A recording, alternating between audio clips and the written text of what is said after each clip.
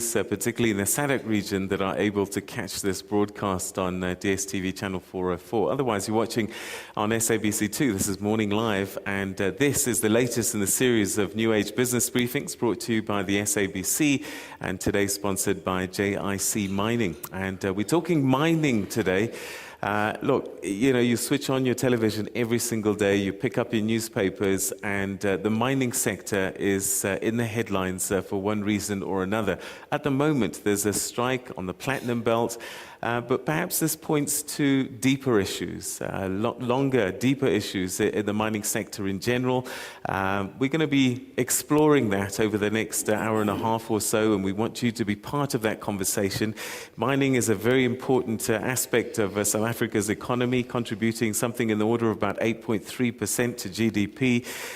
We've seen the strike lasting 4 months now, and what has that meant is a loss to workers in the order of 7.4 billion rand. Companies have lost 16.7 billion rand.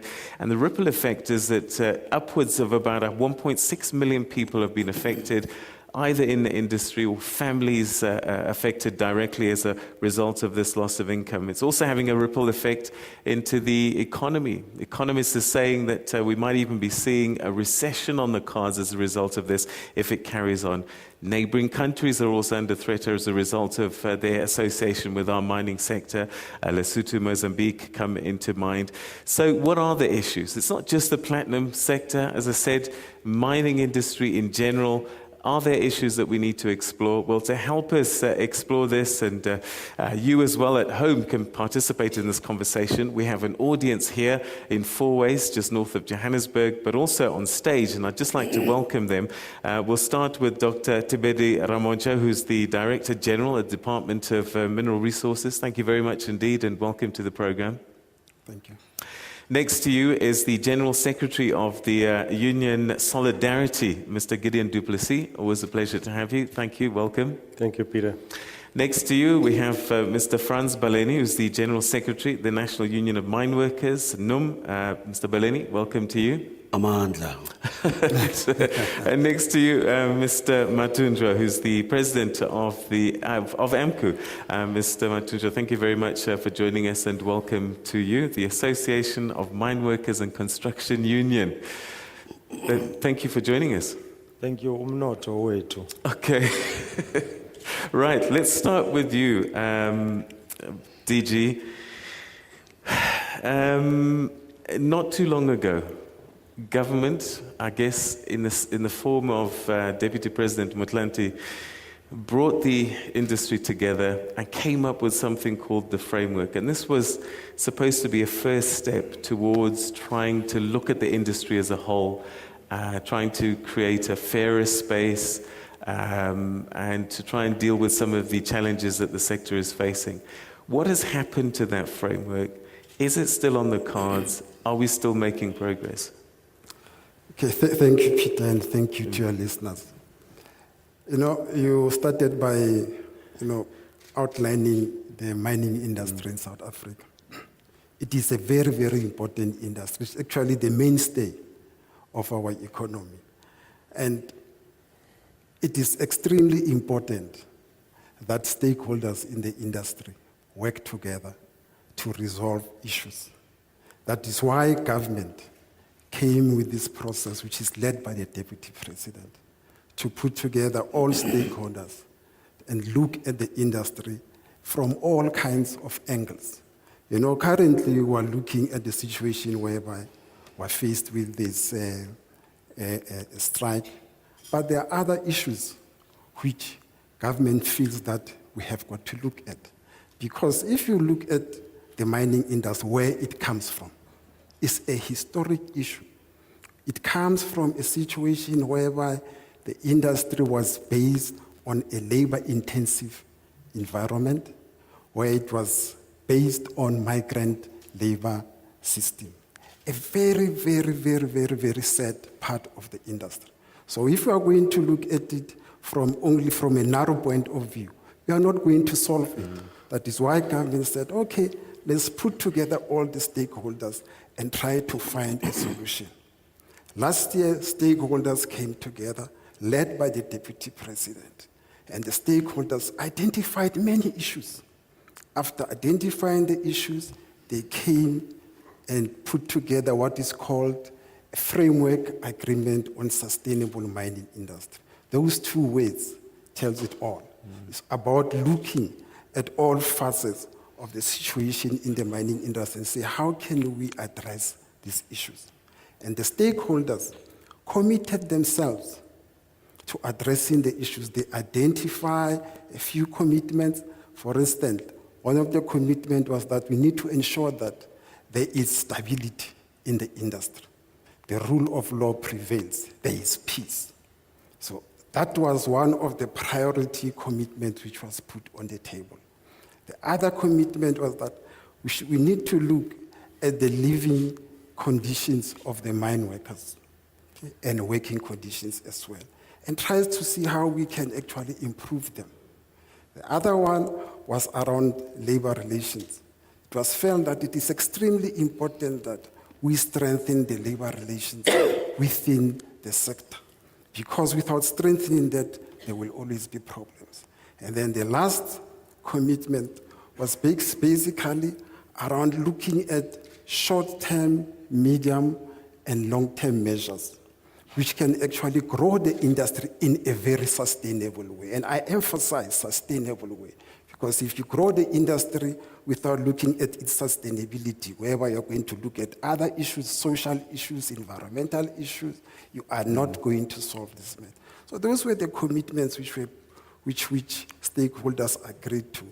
Then an action plan was put together. Okay? And what is important in this action plan, it was agreed that every quarter we will review this action plan and see where we are going. And I can tell you quite a lot of things have already been achieved when it comes to that, especially the prioritized commitment, that one of rule of law, peace, and security. A lot of work has been done there, what is called mine crime combating forums have been established to address some of those issues. All right, so you're saying that progress is being made, and you're quite satisfied with the rate of progress? I think stakeholders met in March, and they were quite satisfied with what has been achieved thus far. All right, we'll explore that a little bit more, because the guys in the mines at the moment can't wait for plans that take long times to roll out, but we'll explore that during the course of this conversation. Mr. du Plessis, let me ask you, the state of labor relations, conversations that you have with employers, between employers and employees, where are we in South Africa in 2014 in terms of that relationship? Well, Peter, to start off, we find ourselves in a conflict environment and a conflict situation, and the industrial relations is obviously at an all-time low, but there's a lot of positives that we can take out of it. The mere fact that we're having a conversation, the fact that JIEC and the New Age are bringing us together here to share a podium shows all the positive aspects already. It's a pity the chamber couldn't join us, but there are a lot of positives stemming from this relationship. There are 10 things. Although the price that we've paid as a country and as a mining industry and as unions is very high, but quickly to list the positives.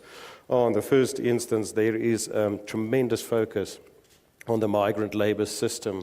There is a lot of initiatives. We're making a lot of headway in that regard. Secondly, it led to labor relations changes or reviews that's about to take place regarding strike ballots, the majoritarian principle. Those are positives. Then all the unlawful debt practices are now exposed and being addressed. There are financial literacy programs being rolled out. Then there are also the living conditions being looked at from an industry point of view, but the government-led human settlement initiatives are now dovetailed into those initiatives. Then the Mine Crime Batting Forum, the Consultative Forum, two very important stakeholder engagement platforms. Then there's also the union verification mess that is now being resolved through a more scientific way. That's always been a backbone in the industry.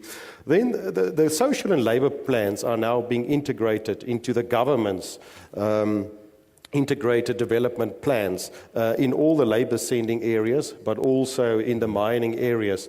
And then the last sad positive that I can take out of this turmoil is the fact that we've seen in the Platinum Belt, in Rustenburg, Marikana, that there's also a lot of goodwill, how the communities and how other NGOs and other organizations are getting together to assist striking and non-striking workers during this difficult time. And whereas Solidarity is a helping hand, we've contributed 600,000 Rand already.